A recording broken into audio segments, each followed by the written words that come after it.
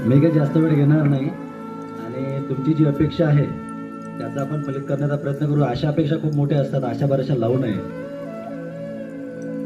सूर्याच्या तेजोमय किरणामध्ये, चंद्राच्या शीतल छायामध्ये, सूर्याच्या तेजोमय किरणामध्ये, चंद्राच्या शीतल छायामध्ये चराचरात विद्येची वास करणारे आराध्यदैवत माता सावित्रीबाई फुले, ज्या संतांनी खंजिरीद्वारे तुम्हा सर्वांना ज्ञानाचे धडे दिले असे संत तुकडोजी महाराज, या गाव खेड्यापासून अशाच रात्रीच्या वेळेला रात्र व्हायची, दिवसाची झाडं मारून आणि रात्रीच्या वेळेला असाच खंजिरीतून आणि आपल्या 2 दगडं हातात घेऊन आपल्या नागरिकांना, गावातील ग्रामीण भागातील लोकांना स्वच्छतेचे मूलमंत्र देणारे संत गाडगे बाबा, तुम्हा सर्वांना माणूस म्हणून जगण्याचा अधिकार एका धाग्यामध्ये आपल्या सर्वांना अभिप्रेत असलेलं, सर्वांच्या परिचित असलेलं भारताचं संविधान अशी माळ जोडणारे, लिखाण करणारे भारतीय घटने शिल्पकार परमपूज्य बोधिसत्व डॉक्टर आंबेडकर यांनाही त्रिवार अभिवादन करतो. आदरणीय मंच,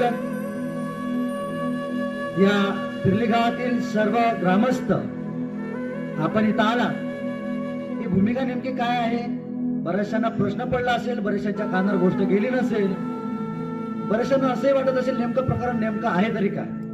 प्रकरण जास्त मोठं नाही, प्रकरण छोटं आहे पण गांभीर्यपूर्ण आहे.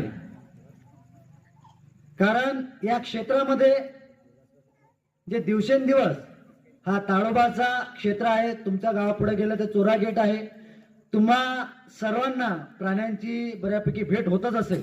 तुम्ही शेतात जातात, रानात जातात, मुळे आणतात, बरेचसे तुम्ही प्राणी पाहिले असेल, रात्रीच्या वेळी प्राणी फिरतात, वावरतात.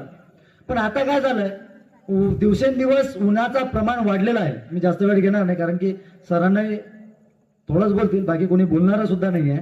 आणि तुम्हा सर्वांसाठी, जे या गावासाठी, ते मूलवरून असेल, चंद्रपूरवरून असेल आणि मी स्वतः अमरावतीवरून आलोय बरं का, तुमच्या गावात काहीतरी एक माध्यम म्हणून एक प्रसार व्हावा.